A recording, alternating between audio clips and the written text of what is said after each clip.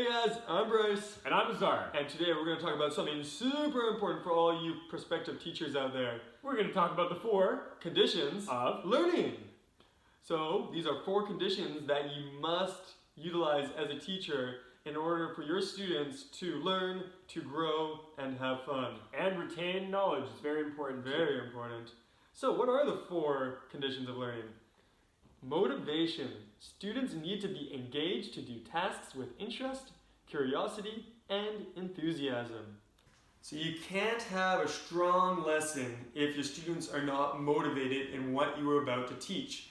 So a great solution for this is to start your class with an engaging activity or a question or just anything that will engage your students. So if the students come in and you're set with some kind of game, it could be something that explores their background knowledge that also relates to what you're going to be teaching in the future, then that's always a good thing.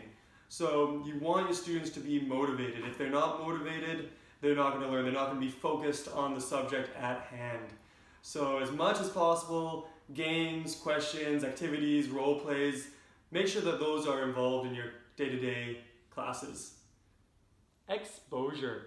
Students need to encounter lots of language, whether it's something to study or it's something to communicate with. Alright, so exposure.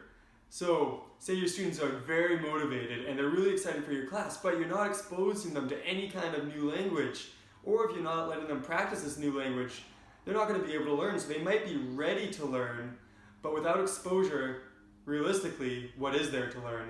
So you can tell them as much as you want about rules and form, but if you're not exposing them to different types of rules, different type of form, different vocabulary, then really the learning experience is going to be limited. So you have to make sure that you expose your students to as much language as possible. Opportunities for use. Students need lots of chances to communicate with the language in realistic contexts.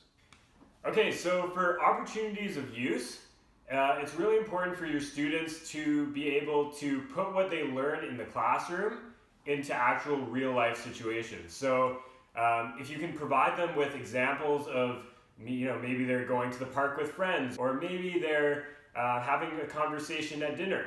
But in order for them to actually be excited about what they're learning, they need to be able to know that they can use what they're learning in real life context. Feedback. Students need to be told what they are doing successfully and what they need to work on. For feedback, it's important to tell your students what they're doing wrong.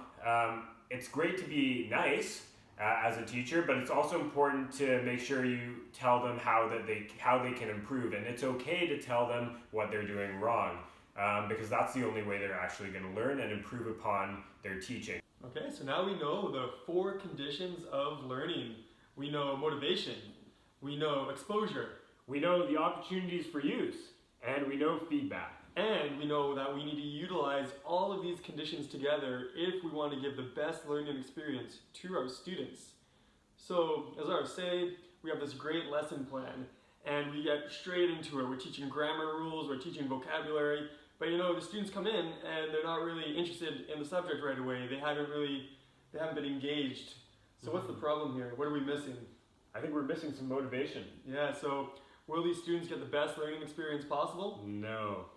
Okay, how about this? Students come into the room and we start teaching them right away, and we're giving them great examples, but the students are not speaking themselves. What are we missing? Maybe they don't have the right exposure. You make a valid point.